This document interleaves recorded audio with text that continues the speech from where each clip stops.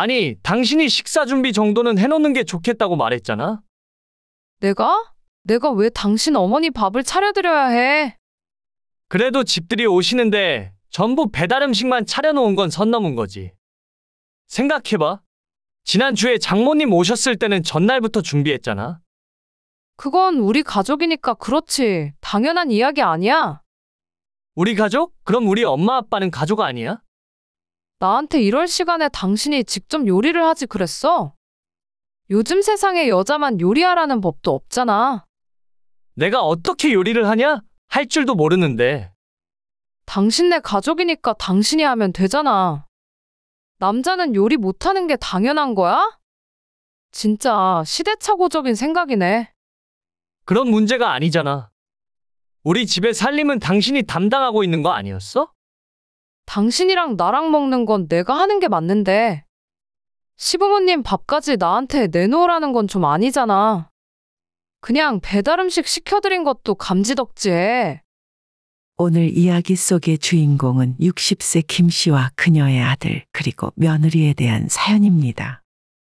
요즘 젊은 사람들 생각이 이럴 거라는 건 김 씨 역시도 모르지 않았지만 그래도 이 정도일 줄은 몰랐어요. 결혼을 시키면 어느 정도 마음을 내려놔야 하는 건지 아니면 그냥 김 씨가 운이 안 좋았던 것인지도 모릅니다.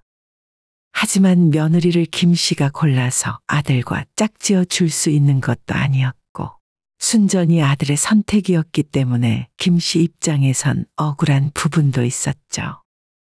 더 이상 며느리에게 실망하지 않으려면 앞으로 안 보고 지내는 게 방법이었지만 과연 이걸 가족이라 부를 수 있는 걸까 싶기도 했어요. 자기들은 김 씨의 집에 오고 싶을 때 마음대로 와서 손가락 하나 까딱 안 하고 김 씨가 차려준 맛있는 밥을 얻어먹었으면서 김 씨 부부가 방문했더니 라면 하나 자기 손으로 끓이지 않고 맵기 배달 음식만 시켜주었어요.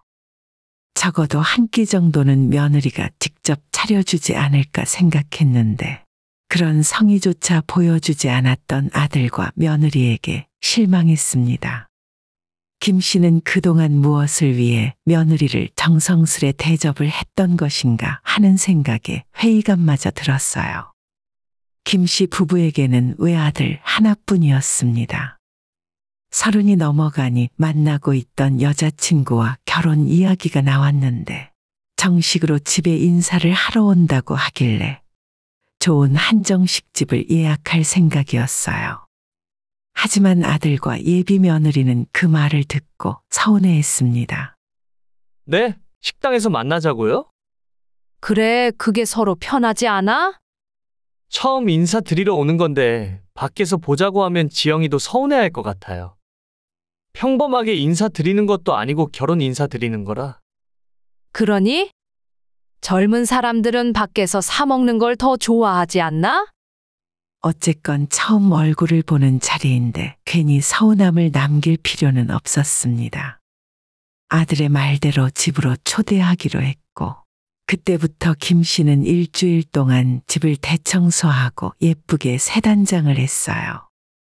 그리고 음식도 어떤 걸 차려서 대접해야 할지 몰라 유튜브도 찾아보고 주변 사람들에게 많이 묻기도 했습니다.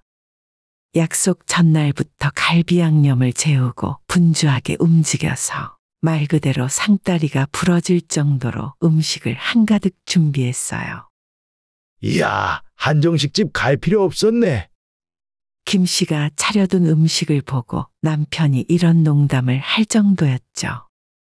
아들 역시 집에서 이 정도로 차려진 밥상은 처음이라 깜짝 놀랐습니다. 엄마, 이 정도면 지영이도 엄청 감동하겠는데요? 그리고 약속 시간에 맞춰 예비 며느리가 찾아왔고 음식을 먹으면서 정말 맛있다는 소리를 연발했어요. 어머님, 이거 준비하시느라 고생 많이 하셨을 것 같아요. 아니야, 너 온다고 하는데 뭘 좋아하는지 몰라서 이것저것 준비해봤어. 엄마, 지영이도 요리 엄청 잘해요. 집에 놀러 간 적이 있는데 밥을 직접 다 차려주더라고요. 그리고 저희 결혼하면 지영이는 바로 일 그만두고 살림에 전념할 거예요. 바로 아이도 가질 생각이라 그게 좋을 것 같아요. 아들이 외벌이로 돈을 번다고 하니 조금은 걱정이었지만 그래도 요리 솜씨 좋은 며느리가 맛있는 밥을 많이 차려줄 거라고 하니 그건 나쁘지 않았어요. 요즘 젊은 아가씨들은 라면 하나 제 손으로 못 끓이는 경우가 허다하다는데 밥 잘하는 며느리는 두 손 들고 환영이었죠. 그날 이후로도 아들과 예비 며느리는 결혼하기 전에 종종 놀러 왔습니다. 항상 김 씨가 맛있는 밥을 차려주었고 손님 대접을 해주느라 손가락 하나 까딱하지 못하게 했어요. 그리고 얼마 후 본격적으로 결혼 이야기가 오고 가게 되었습니다. 자식이 단 하나이고 아들이기 때문에 어느 정도를 지원해줘야 하는지 고민이 있었지만 다행히도 상대방 측에서 먼저 반반 부담을 하자고 제안을 해주니 고마웠어요. 이 이야기를 친구에게 했더니 정말 의외의 대답이 돌아왔습니다. 반반 결혼? 여자 쪽에서 먼저 그렇게 하자 했다고? 아마 너희가 시집살이 시킬까봐 선수 치는 것 같은데? 시집살이? 요즘 그런 게 어디 있어? 한 집에 같이 사는 것도 아니고. 자기들도 돈 반씩 냈으니까 자기 딸한테 명절이나 집안일로 불러서 일 시키지 말라는 거야. 그런가? 어차피 시킬 생각도 없었지만 그렇게까지 생각을 하나? 친구의 말을 들으니 김 씨도 생각이 복잡해졌어요.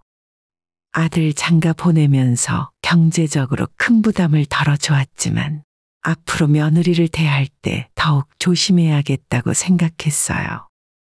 아들과 며느리는 처음 인사를 하러 온 지 10개월 뒤에 결혼식을 올렸어요. 혼수는 두 사람이 모아놓은 돈으로 알아서 했고 신혼집은 처음 약속대로 김 씨와 상대방 부모가 반반씩 부담을 했습니다. 아들은 결혼한 뒤에 김 씨의 집에서 그리 멀지 않은 곳에 신혼집을 얻어 생활했어요. 차로 운전하면 10분, 15분 정도 걸리는 거리였지만 신혼이라 자주 얼굴을 볼 수는 없을 거라 생각했어요. 하지만 생각보다 아들과 며느리가 먼저 김 씨의 집을 찾았습니다. 엄마, 내일 지영이 생일인데 같이 갈게요. 생일? 결혼한 지 얼마나 됐다고. 생일에는 너희들끼리 오붓하게 보내야지. 괜찮아요. 저희 7시쯤 갈 테니까 맛있는 거 해주세요. 생일에 시댁에 오고 싶은 며느리가 어디 있어? 너가 밖에 데리고 나가서 근사한 저녁 사줘. 제 생각이 아니라 지영이가 먼저 엄마 집에 가자고 했어요. 엄마가 해주는 맛있는 밥 먹고 싶다면서요. 그래? 알겠어. 미역국도 끓이고 이것저것 솜씨 좀 발휘해야겠네. 김 씨는 아들 며느리가 온다는 말에 급하게 장을 보고 음식 준비를 시작했습니다. 그 정도로 집에 자주 찾아왔고 올 때마다 김 씨는 맛있는 식사를 대접했어요. 하지만 반대로 김 씨나 남편의 생일에 아들 내외가 생일상을 차려주었냐 하면 그건 아니었습니다. 본인이 해준 것이 있기 때문에 은근히 기대를 하기도 했지만 생일 당일까지 아들의 초대는 없었어요. 엄마 생신 축하드려요. 아까 엄마 계좌로 용돈 보냈으니까 아빠랑 맛있는 거 드세요. 지영이도 생일 축하드린대요. 그래, 고맙다. 아들의 전화를 끊고 고작 이게 끝인가 하는 서운한 마음이 들었습니다. 이런 생각을 남편에게 이야기하자 남편은 기가 막히다는 듯 김 씨에게 말했어요. 당신은 안 그럴 줄 알았는데 완전 시어머니 다 됐네. 솔직히 남편의 말에 대꾸할 말은 없었어요. 자신이 이런 생각을 하는 것도 시어머니 노릇일 수도 있었으니 말이죠. 그래서 아들이나 며느리에게 서운하다는 말도 하지 않고 넘어갔습니다. 얼마 후 남편의 생일 때도 아들은 전화 한 통과 용돈을 보내고 넘어갔고 이제는 그냥 이 상황을 그러려니 하고 받아들였어요. 2년 정도가 지났을 때 남편은 직장을 그만두었고 김 씨와 상의 끝에 남편의 고향에 내려가 살기로 했습니다. 남편은 강원도 바닷가의 작은 어촌 동네에서 자라왔는데 돌아가신 시아버님이 물려주신 땅이 있어서 그곳에 깔끔한 단독주택을 새로 짓고 이사를 내려갔죠. 김씨네가 이사를 온 지 2달쯤 지나 아들도 처음 살던 집을 팔고 신축 아파트로 이사를 가게 되었습니다. 이사는 잘했니? 네, 잘했어요. 장모님 장인어른 어제 오셨다가 하루 주무시고 방금 내려가셨어요. 고생했겠네. 저 말고 지영이가 고생했죠. 집도 잘 꾸몄고 음식도 다들 맛있다고 좋아하시더라고요. 아들은 이사를 하고 얼마 지나지 않아 사돈네를 불러 집들이를 했다고 들었습니다. 사돈은 아래쪽 지방에 살고 있었고 아예 집들이 겸 금요일에 올라와 이틀을 자고 일요일에 내려갔어요. 그 말을 들은 김 씨는 기분이 묘해졌습니다. 아들이 결혼한 지 몇 년이 지났는데 아직 김 씨 부부는 며느리가 해주는 밥을 얻어먹어 본 적이 없었으니까요. 아들의 집들이를 한번 가고 싶었지만 김 씨 역시도 아직 새로 이사 온 곳에서 정리할 것이 많이 남았고 아들의 집까지 너무 오래 걸렸기 때문에 쉽게 시간을 내진 못했어요. 그렇게 시간이 3달 정도가 더 지났을 때 남편의 옛 직장 동료의 아들이 결혼을 한다고 해서 김 씨 부부는 모처럼 서울로 올라가게 되었습니다. 하필 토요일 첫 타임 11시 결혼식이라 아침에 일찍 일어나 올라가야 할지 아니면 전날에 올라가서 숙소를 잡아야 할지 고민 중이었죠. 그냥 편하게 금요일에 가서 호텔 잡고 하루 자면 되니까. 아들한테 한 번 말이라도 해봐야 하는 거 아니야? 걔네들한테는 뭐하러 연락을 해. 그냥 우리 둘이 조용히 올라갔다 오면 되는데. 그래도 걔네 이사하고 지금까지 집들이도 한 번 못 갔는데 말도 없이 올라갔다 왔다고 하면 서운해하지 않을까? 그러려나? 그래서 김 씨가 아들에게 전화를 걸어 주말에 서울 올라간다고 말을 했더니 아들은 그 말을 듣고 펄쩍 뛰었어요. 네? 호텔에서 주무신다고요? 저희 집이 있는데 뭐하러 그래요? 금요일에 갔다가 토요일 오전에 볼일 보고 오후에는 모처럼 친구들 만날까 싶어. 그럼 일요일에나 내려올 것 같은데.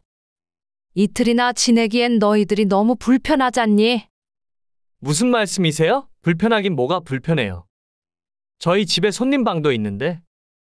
너야 그렇게 생각할지 몰라도 지영이 생각은 다를 거야. 아니에요. 2박이면 호텔 비용만 해도 얼만데. 그냥 저희 집으로 오세요. 어차피 아직 집들이도 안 했잖아요. 그럼 이틀은 좀 그렇고 금요일 저녁에 하루만 너희 집에서 자고 갈게. 김 씨 부부는 처음으로 이사한 아들의 집에 방문하게 되었고 단 하루를 자는 것이었지만 집들이 선물로 100만 원 정도 하는 최신형 로봇 청소기까지 사서 들고 갔어요. 호텔비 아끼는 만큼 집들이 선물을 좋은 걸 주고 싶었는데 아들에게 뭐 필요한 거 없냐고 물었을 때 처음엔 없다고 하더니 몇 번 더 물어보자 로봇 청소기가 있으면 좋겠다고 대답했습니다. 오셨어요? 잘 지냈니? 자, 이것부터 받아라. 집들이 선물이다. 진짜 청소기 사주셨네요. 다행히 선물을 보고 아들도 며느리도 좋아했어요. 소파에 앉아 한참 이야기를 하고 있었는데 저녁 먹을 시간이 되어갔지만 아들이고 며느리고 아무런 준비를 하지 않았어요. 대체 저녁으로 뭘 먹으려고 그러나 궁금하던 차에 며느리가 핸드폰을 손에 들고 김 씨와 남편에게 물었습니다. 점심으로 어떤 거 괜찮으세요? 해물찜? 아니면 중국 요리? 무슨 소리를 하는 건지 몰라서 김 씨가 대답을 못하고 있었는데 아들이 나서서 중식보다는 해물찜이 좋다고 말을 해버렸어요. 며느리는 핸드폰으로 배달 음식을 주문했고 약 30분이 지나자 초인종이 울리며 주문한 해물찜으로 저녁상이 차려졌습니다. 며느리가 요리를 잘한다고 들었는데 처음 대접한 식사가 배달한 해물찜이라니 그건 좀 기분이 좋지 않았어요. 아무런 다른 반찬도 없고 식탁 위에는 덩그러니 해물찜 하나만 놓여 있었죠. 아들과 며느리는 늘상 이런 식으로 밥을 먹는 것인지 궁금해졌고, 아니면 손님 대접하기 부담스러워서 배달을 시킨 건가 싶었습니다. 어쨌든 대충 점심을 먹은 뒤에 김씨 부부는 아들 며느리와 대화를 하다가 둘이 밖에 나가 산책도 하고 예전에 살던 동네 구경도 하러 갔다 왔더니 금방 저녁 시간이 되었습니다. 다시 아들 집에 돌아오니 저녁 시간이 다 되었고 점심을 조금 부실하게 먹어서 그런지 배가 많이 고픈 상태였어요. 김씨 부부가 집에 도착했을 때 아들과 며느리는 안방에서 낮잠을 자고 있어서 밥 먹자고 깨우지도 못하고 조용히 거실에서 기다렸습니다. 한참 뒤에 해가 완전히 지고 나서야 아들과 며느리가 방에서 걸어 나왔어요. 벌써 시간이 이렇게 됐네. 배고프시죠? 그래, 밥 때가 되긴 했네. 저녁 먹을까? 네, 지영아 저녁 먹자. 드디어 저녁을 차려 먹겠구나 생각했지만 돌아오는 며느리의 대답에 실망하고 말았어요. 응, 뭐 시킬까? 어머님 뭐 드시고 싶으세요? 그때는 김 씨도 당황스러운 기분이었어요. 어쨌든 집들이나 다름없는데 매끼 배달 음식만 시켜줄 줄은 몰랐습니다. 치킨 먹을까? 저번에 거기 맛있었는데. 그래도 어머님, 아버님 오셨는데 치킨은 좀 그렇지. 회 같은 건 어때? 아버님 회 좋아하시죠? 남편도 옆에서 떨떠름한 얼굴로 앉아 있었어요. 저녁을 주문해 놓고 며느리가 화장실에 간 사이 김 씨가 아들에게 물었습니다. 너희들은 매일 이렇게 배달시켜 먹니? 아니요, 배달시켜 먹을 때도 있고 장 봐서 해 먹기도 해요. 근데 요즘은 장을 안 봐서 냉장고가 텅 비었어요. 아들은 난감하다는 듯 뒷머리를 긁으며 대답했지만 김 씨는 어처구니가 없었죠. 아무리 그래도 멀리서 부모가 찾아왔는데 어떻게 아무것도 차려줄 생각 없이 배달만 시켜줄 수 있나 싶었습니다. 김 씨는 아들이 온다고 하면 전날부터 장을 보고 아들 며느리 좋아하는 음식을 직접 준비했기 때문에 정말 서운한 마음이 컸죠. 특히 며느리는 이 상황이 창피하거나 민망하지도 않은지 아주 당당하게 매 끼니 배달 음식을 주문했습니다. 그럼 아침도 배달시켜서 먹어? 아침은 제가 출근할 때는 안 먹고 쉬는 날엔 보통 시리얼이나 토스트로 간단하게 먹어요. 내일 아침엔 제가 토스트 해드릴게요. 어차피 결혼식 하시면 맛있는 거 많이 드시잖아요. 아들의 말에 김 씨는 더 이상 할 말도 없었어요. 남편도 그 이야기를 듣고 아들에게 그래도 밥을 집에서 해먹어 버릇을 해야지. 매 끼니 배달시켜 먹으면 안 된다고 잔소리를 조금 했는데 그때 화장실에서 나오던 며느리가 김 씨와 남편이 하는 이야기를 들었습니다. 그 이후로는 며느리가 기분이 나쁜지 인상을 팍 찡그리고 있었어요.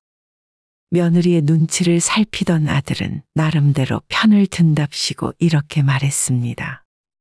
엄마 아빠 오셔서 아무래도 지영이가 부담이 되잖아요.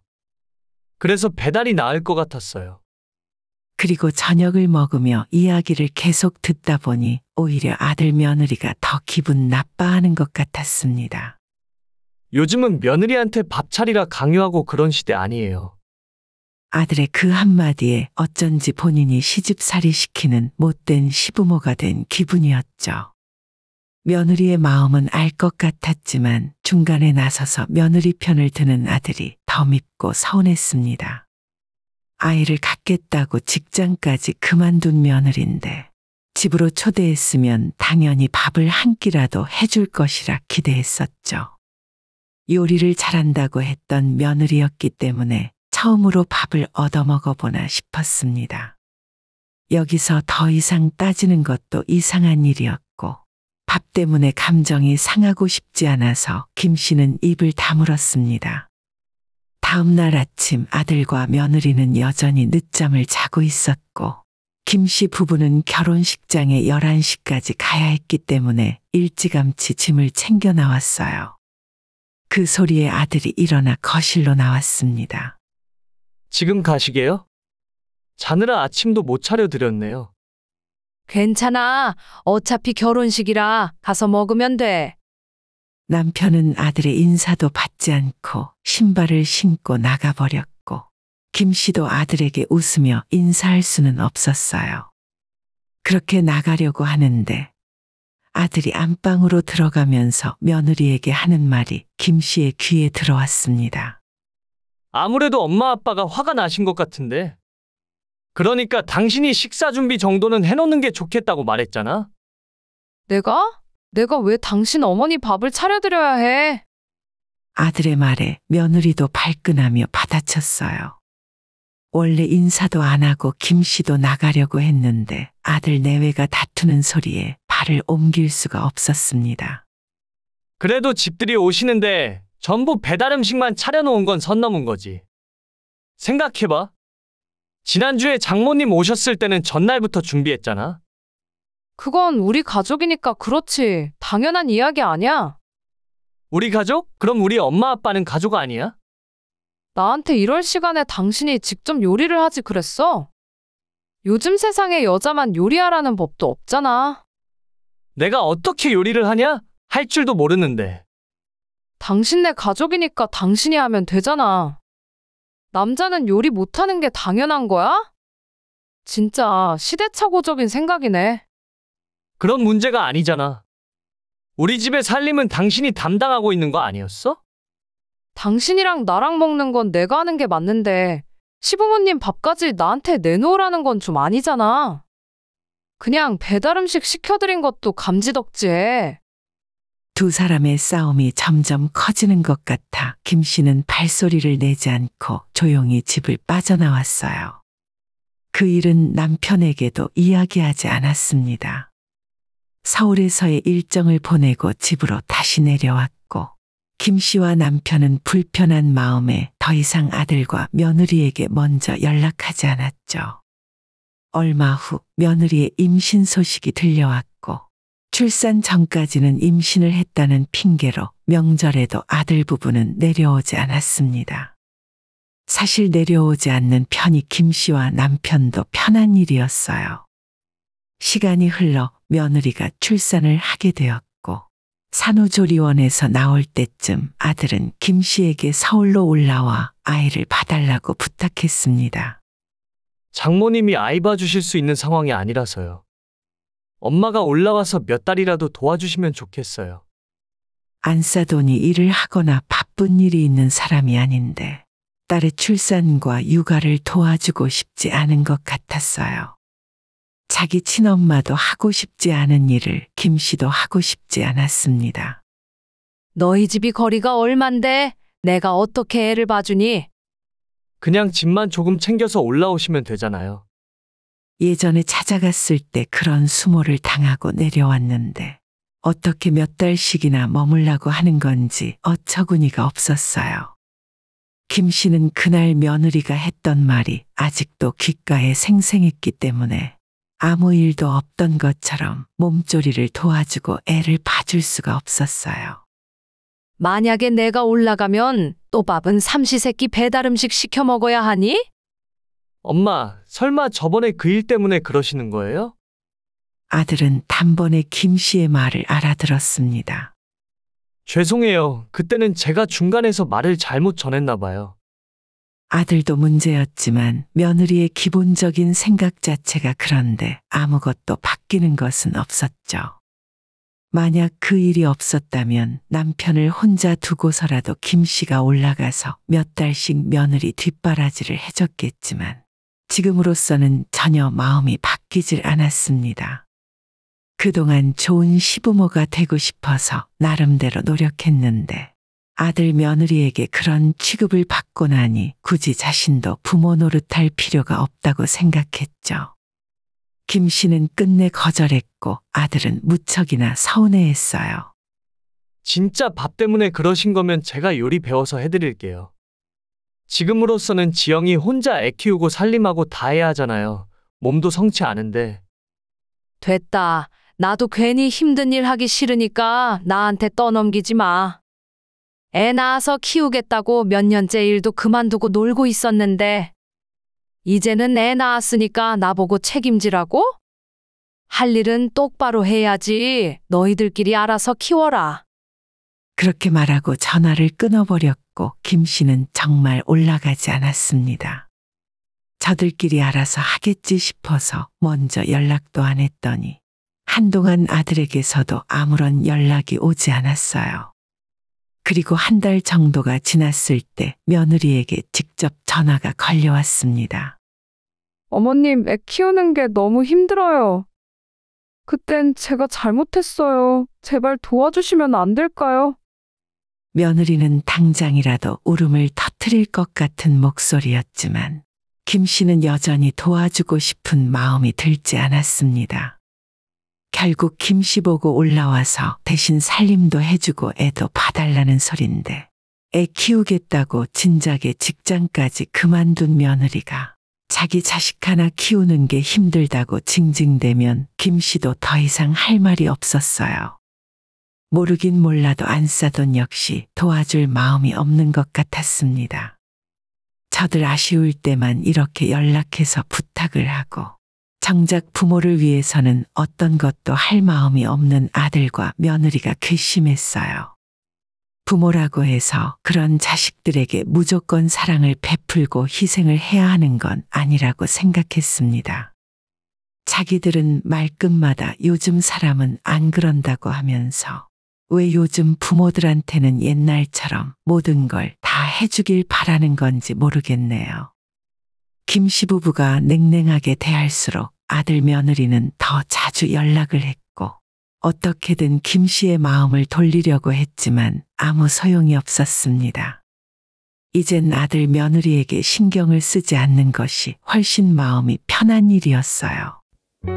오늘의 영상은 여기까지입니다. 이 글을 보신 모든 분들의 노년에 웃음과 행복만 가득하기를 기원합니다.